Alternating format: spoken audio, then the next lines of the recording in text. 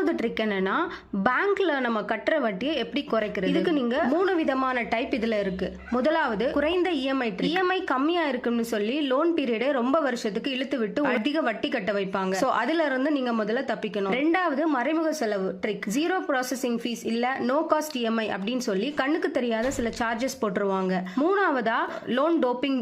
ஒரு லோன் முடிஞ்சு வர்றதுக்குள்ளேயே இன்னொரு லோன் வேணுமான்னு கேட்டு உங்களை திரும்பவும் கடன் சுழற்சியில மாட்ட வைப்பாங்க. இதுல இருந்து எப்படி நாம வெளியே வர்றது? இஎம்ஐயை ஏத்துங்க. உங்க இஎம்ஐ பணத்தை ஒரு 10% எக்ஸ்ட்ரா கட்டுங்க. இது உங்க லோன் பீரியடை 30% வரைக்கும் குறைக்கலாம். உதாரணத்துக்கு 5 லட்சம் லோன் 5 வருஷம் 12% வட்டிக்கு மாச இஎம்ஐ 11,122னா நீங்க 13,000 கட்டுனா உங்க லோன் வெறும் 3.5 வருஷத்திலேயே முடிஞ்சிடும். இதுல நீங்க 1.02 லட்சம் வரைக்கும் வட்டியை மிச்சப்படுத்தலாம். ரெண்டாவது, தைரியமா உங்க பேங்க் மேனேஜர் கிட்ட போய் வட்டியை குறைக்க முடியுமான்னு கேளுங்க. சில நேரம் அவங்க சலுகை கொடுக்க சான்ஸ் இருக்கு. மூணாவதா பேலன்ஸ் டிரான்ஸ்பர். அதிக வட்டி இருக்கிற கடன், உதாரணத்துக்கு 18% வட்டி கிரெடிட் கார்டு கடன் கம்மியான வட்டி இருக்கிற பர்சனல் லோனுக்கு, அதாவது 9% வட்டி இருக்கிற பர்சனல் லோனுக்கு மாத்திடுங்க. ஒரு ரகசியம் சொல்றேன், நீங்க பேங்க் காரங்க கிட்ட நான் என் கடனை சீக்கிரமா கட்டி முடிக்க போறேன்னு உறுதியா சொன்னீங்கன்னா அவங்களே சில ஆஃபர்ஸும் உங்களுக்கு கொடுப்பாங்க. அடுத்ததா என்ன ட்ரிக் பார்க்கலாம்னா, சைட் ஹசில், அதாவது சைட்ல ஏதாவது சம்பாதிக்கிறது. நீங்க